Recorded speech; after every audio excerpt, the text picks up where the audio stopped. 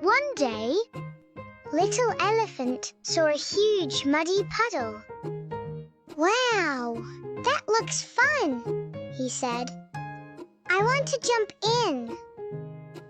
Just then, Bird flew down. "Wait," she called. "Why stop?" Little Elephant asked. "Check it first," Bird said softly. Little Elephant stopped.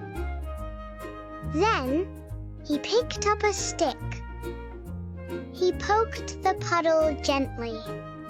The stick went down, down, down. "Oh, it's really deep," he said. Bird nodded. Little Elephant looked around. He found a small, safe puddle nearby.